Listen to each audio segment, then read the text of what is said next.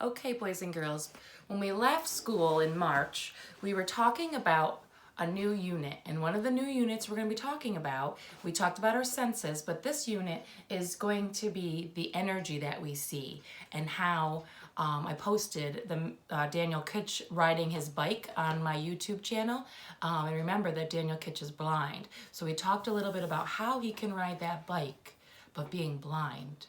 So here's a preview of what we're going to be learning about. The energy we see and a look at light. All right. Now we know he can't see light, so this might not be what is related to him. But this is going to be part of what we're going to be learning in science.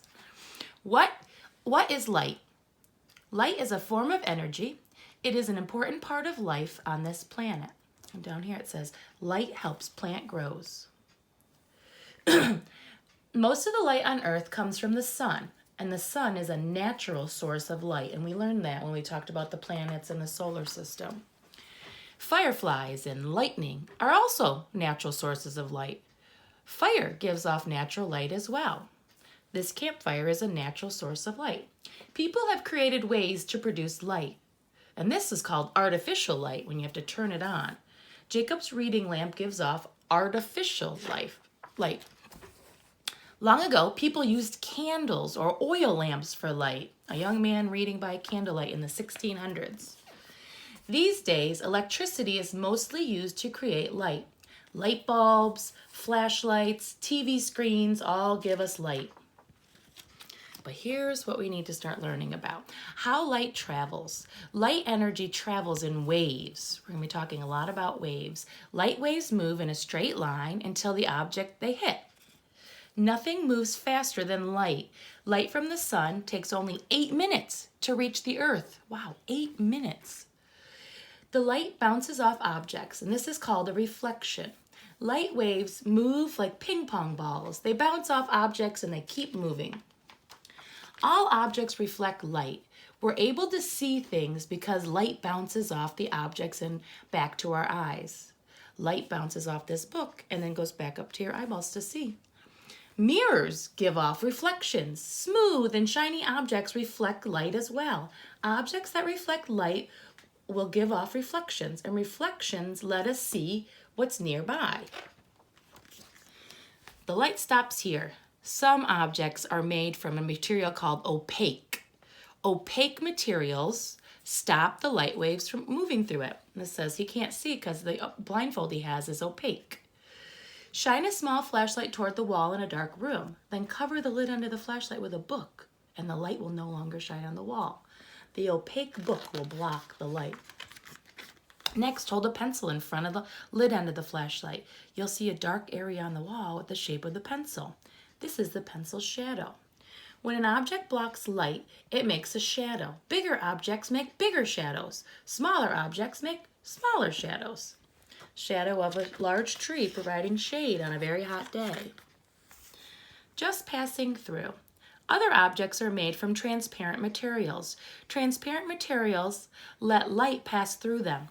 Glass is a transparent material. We can see clearly through a glass window. If you put a piece of plastic wrap over a flashlight and you point the flashlight at the wall, once again, the light moves all the way through the transparent plastic wrap. Translucent materials let only some light pass through.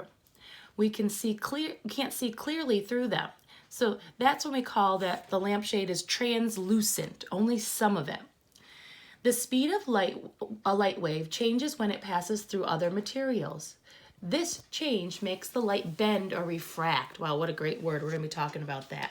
Bent light can play tricks on your eyes. Look at this spoon in a glass of water. This is something that we're going to have you do.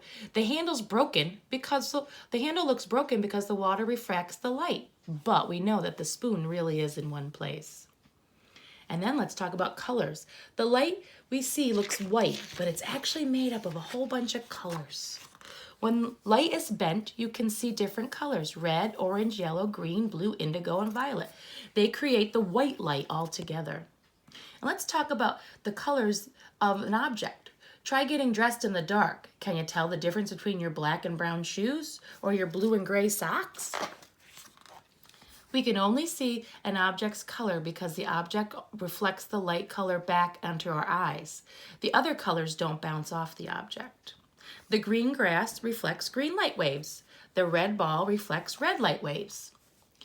The world would be a very boring place without the light. Here's an indoor activity. You can make a rainbow of your own. Try this. You'll need a white wall or a dry erase board, an old CD, ask someone to help you, and a flashlight.